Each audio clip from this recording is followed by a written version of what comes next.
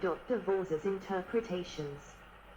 DeVore interpreted his findings at Qumran based, at least in part, upon information in the Dead Sea Scrolls which continued to be discovered in the nearby caves throughout his excavations.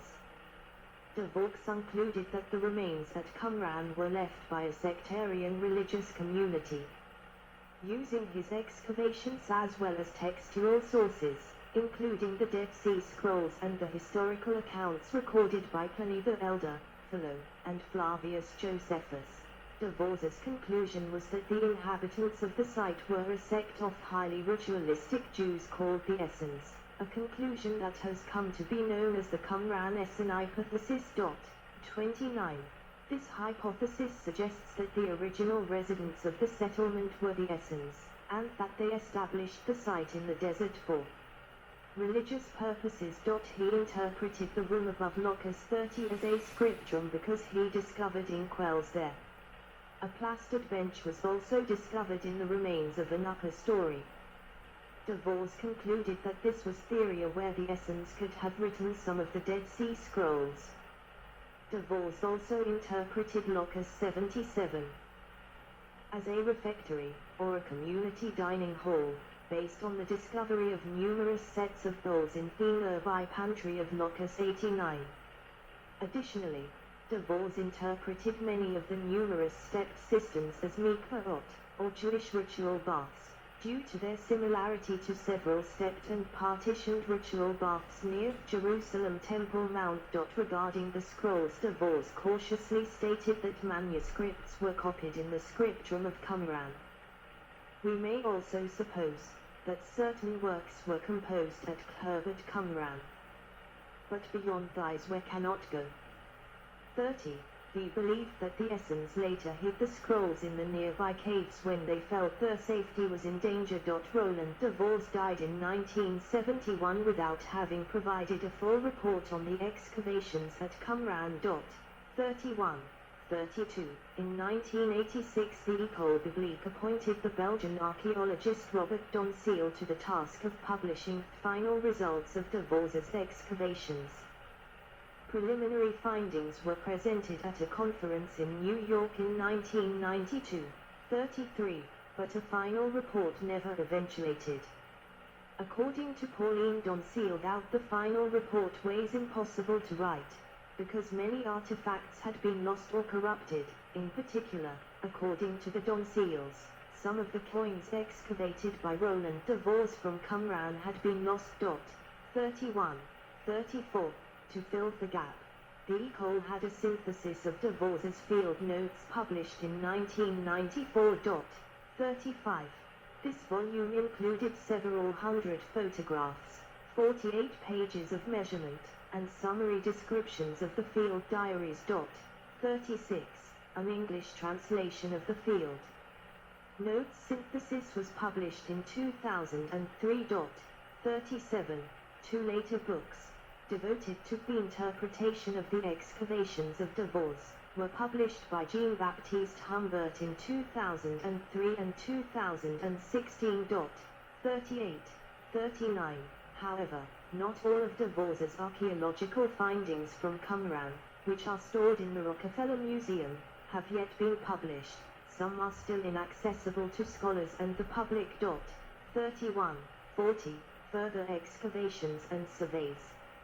Although DeVore's excavations of Qumran were quite exhaustive, and thereby the most important source of information on the settlement, there have been several excavations since DeVore finished his work.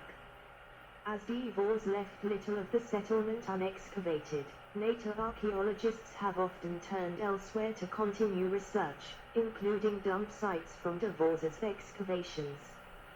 During the 1960s, according to Catherine Murphy, there were some unpublished excavations at Qumran by John Allegro and by Solomon Steckel.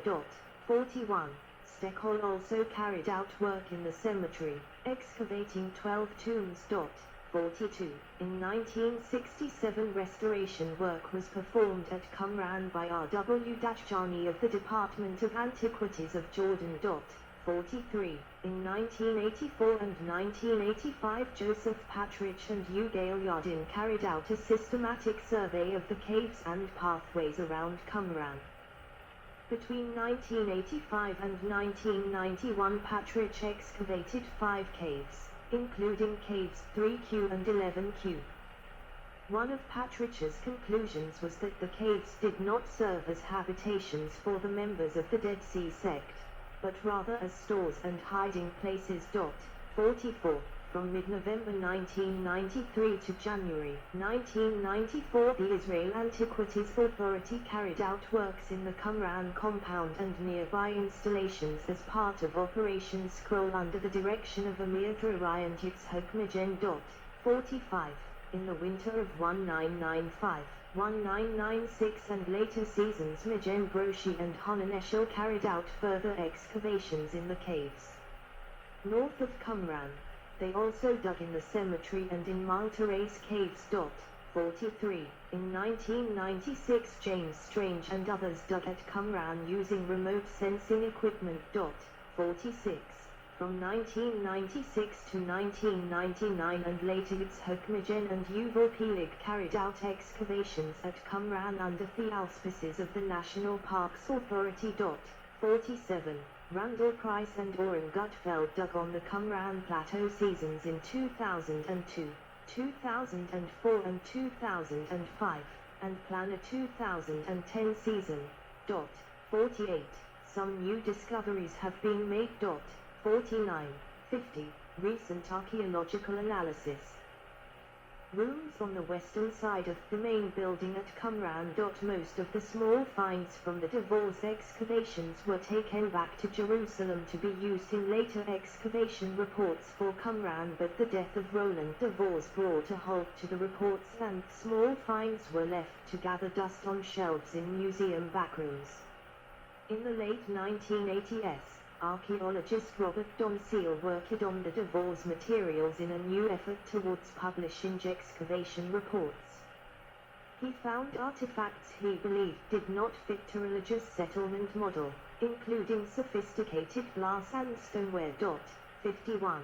In 1992, Pauline Donseal put forward the Roman villa model in an attempt to explain these artifacts. 52. In 2002, archaeologists Minna and Kenneth Lundqvist published their archaeological and spatial studies at Qumran, bringing another view to the settlement interpretations, including the astronomical orientations of some structures at Qumran. 53. A recent final publication of the French excavations by Jean-Baptiste Humbert outlining evidence of a decorated frieze, opus sectile, fine columns etc., indicates a phase of a wealthier occupation, un grande maison, at Qumran. 54. Pottery. The range of pottery, glass and high quantity of coins found at Qumran do not sit well in the context of a sectarian settlement according to the Donseals. 55. 56. These materials point to trade connections in the area and provide evidence that Qumran may not have been in a vacuum in the Greco-Roman period. Rachel Bonathan has argued from similarities between pottery finds at Qumran and at the Hasmonean and Herodian palaces of Jericho that Qumran should be seen as part of the Jordan Valley context, rather than as an isolated site. 57. While the cylindrical scroll jars from Qumran were once thought unique, she cites apropos similar find at Jericho, shows a related form existed at Masada, 58, and reports that such jars have been found at Calandia. 59. Barnathan states from the Jericho palace data that it is possible to trace the typological development of this group of jars, i.e., the cylindrical jars. 58. Chodi Magis, citing Barnathan's MA thesis on the Jericho pottery data, refers to cylindrical jars at Jericho, saying, T. Jericho. Most of these jars come from an industrial area dating to the time of Herod. 60. Jan Gunug observed of the supposed single partial parallel at Jericho. A partly preserved rim and neck with a vertical loop handle is in fact not a scroll jar. 61. Another one was reported found in Jordan in a later burial near Abila, but no photos or drawings were published, and the jar has not been relocated, showing divorced parallels. Taking into account subtypes of pottery, true cylindrical scroll jars are not common outside Qumran. They are, however, clearly not unique to Qumran. Barnathan noted the jar's rarity in the Second Temple period. 62. Of some of the proposed parallel Masada jars, Barnathan wrote, it seems that this group of storage jars was bought, or pillaged, from the area of Qumran and probably also from the plain of Jericho. 62. Cisterns.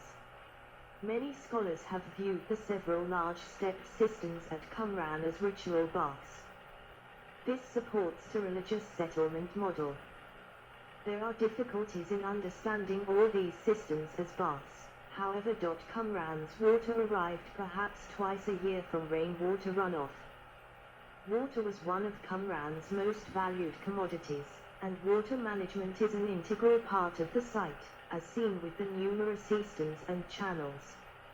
If the large cisterns were ritual baths, the water would sit getting dirtier through ritual bathing throughout the year and was extremely infrequently replenished by the runoff.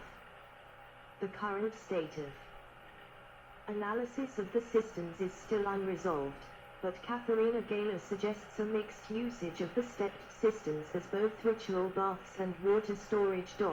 63. According to the Israeli archaeologists Magen and Peleg, the clay found in the cisterns was used for pottery factory facilities. 64. The construction of the Qumran aqueduct that fed the cisterns and the baths can be seen as an important chronological marker.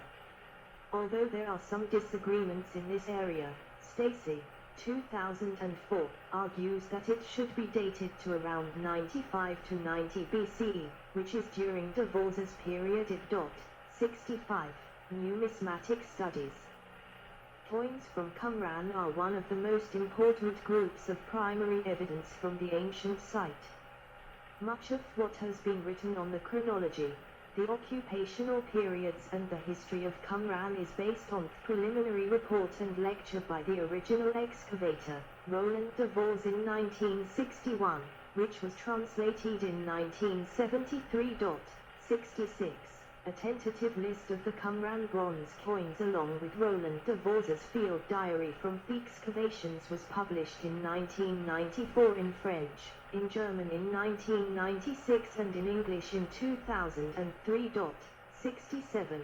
The first reconstruction of the Qumran bronze coinage, including a complete coin catalogue with updated and cross-referenced coin identifications, was done by Kenneth Longquist and Minna Longquist in 2005. 68. Also in 1955, 3 very important silver coin hoards were found at Qumran. The first lot of the Qumran silver coins was published by Marsha Sharabani in 1980. 69.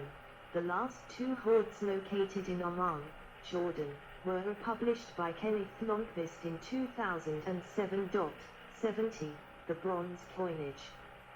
Dvořák's excavations uncovered about 1,250 coins, 569 silver and 681 bronze coins, altogether from Qumran, though today some Qumran coins have been lost, some lots mixed up, and records less accurate than ideal. There are a surprisingly high number of coins from the site. This means that the site was highly Montezide in the Hellenistic and Roman periods, i.e. that the occupants of Qumran were not a community of poor and isolated people. That the flow of cash at Qumran may have been large in the 1st century CE is hardly surprising given the archaeological evidence of trade at Qumran in luxury goods such as glass, which is specifically dated to this period. The coin profile of Qumran shows that there do not appear to have been any major changes in the role of coins and money in the economic system at Qumran during any of the occupational periods from ca. 150 BCE to 73 CE. Worth noting here is that the amount of coins found at Qumran suggests, according to numismatic principles of loss and survival of ancient coins, that millions of bronze coins must have circulated at Qumran. The bronze coins identified from Qumran, some date Qumran, though today some Qumran coins have been lost, some knots mixed up, and records less accurate. According to the publications prior to 2007, the most recent silver coin in the Qumran hoard, S, is a tetradrachm of Tyre from the year.